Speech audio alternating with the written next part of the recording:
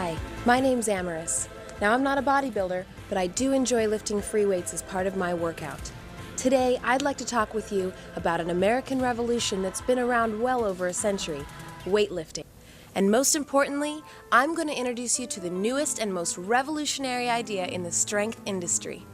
In the late 1800s, a man named Bernard McFadden began spreading the word about the value of weight-resistant exercises for better physical and mental health, and he walked his walk.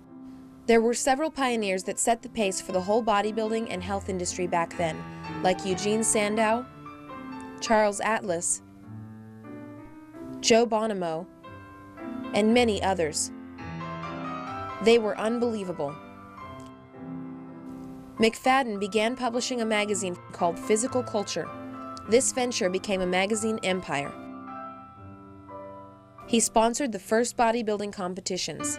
The film you are watching was shot 100 years ago. Those early lifters worked out with nothing more than barbells and dumbbells, and you can just see the definition and strength.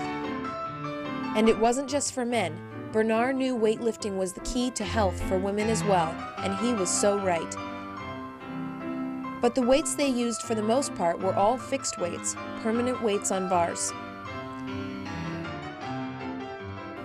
As the fitness equipment segment of the industry has grown enormously around the basic weightlifting concept, coupled with the aerobic and stretching benefits of a well-rounded program, the strength industry equipment has changed little over the last 100 years.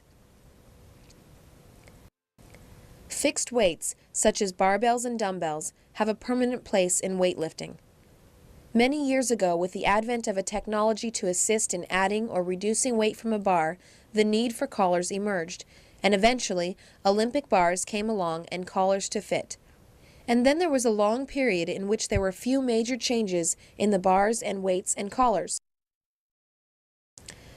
But the variety of fitness equipment growing all around the basic concepts of weight-resistant exercise grew exponentially. It's common knowledge now, you should work out with weight-resistant exercises to stay strong and healthy. And free weights are growing in popularity more than ever before. A few years ago, the handled barbell weight plates began appearing in gyms and clubs, and there was only one reason for putting ergonomic handles on barbell plates, simply to make lifting them a little bit easier. This change in the shape of weight plates has become the most amazing new advent in the strength industry for decades, generating millions of dollars in the United States alone. More high-tech metals, chrome, and stylish shapes have entered the barbell industry. But other than handled plates, changes have been modest, compared to the rest of the fitness equipment explosion. One consistent mechanism in the barbell business has been the barbell collar. This has been a necessary piece of equipment for many reasons. Primarily safety. It is important to lock weights on bars. Not securing weights in place on a barbell is like driving a car without an emergency brake. You might not ever need the brake, but you don't want to risk an accident because you don't have it. But there are a number of inherent problems with collars. It takes an undetermined amount of time to find and secure collars on sleeves. Often, matching collars are not available when you want them. Different styles of collars have different weights and can't be used together. Collars wear out and much of the time just don't do the job. Some collars are not very effective. One might work while the other one is worn out. Collars can present hidden hazards.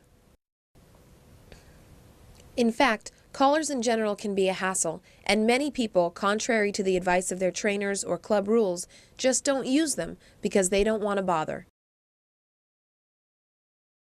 And accidents happen.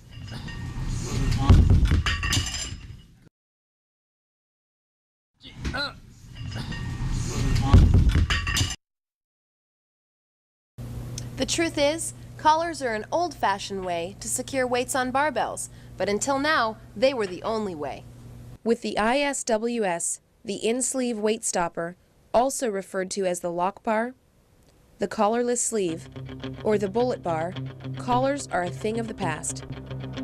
It takes 1 second to lock down your weights. Tight, no rattling, and there is no way those weights are going to slip off the bar. It's just not possible. With the ISWS patented technologies, there are no exterior separate collars needed. 1 second and you're ready to rock and roll.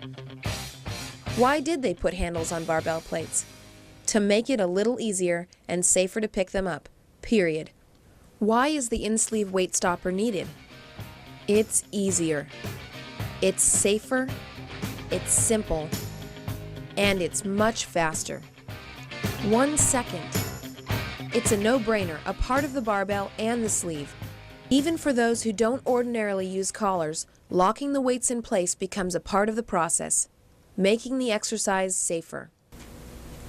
Morris Walker's invention, the lock bar, is the ultimate high-tech, state-of-the-art part of the barbell sleeve that has just made collars in general old-fashioned and unnecessary in most cases.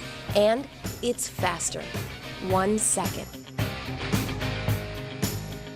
Will it cost more?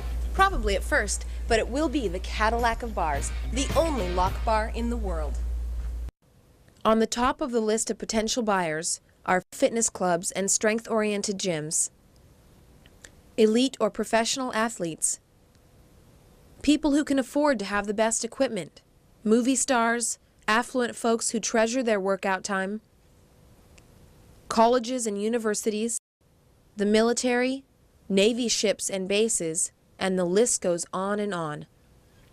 The company that produces the first ISWS lock bars will own the new paradigm for the strength industry, an unparalleled branding tool for the right strength company. Collars have served their purpose and will always be around, just like old-fashioned plates. But fast, easy, safe, simple, and sleek are the key words to the future of barbells, whether they be Olympic-style or commercial weight sets for home use. Bernard McFadden was on the right track, and the new physical culture of the third millennium is proving him right all over again. Weight-resistant exercises are for everyone now. By the way, if you'd like to see a demonstration of the ISWS lock bar prototype, please contact the inventor.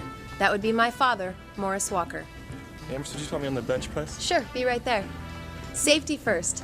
You wouldn't drive a car without an emergency brake. 1 second. Pretty cool, Dad.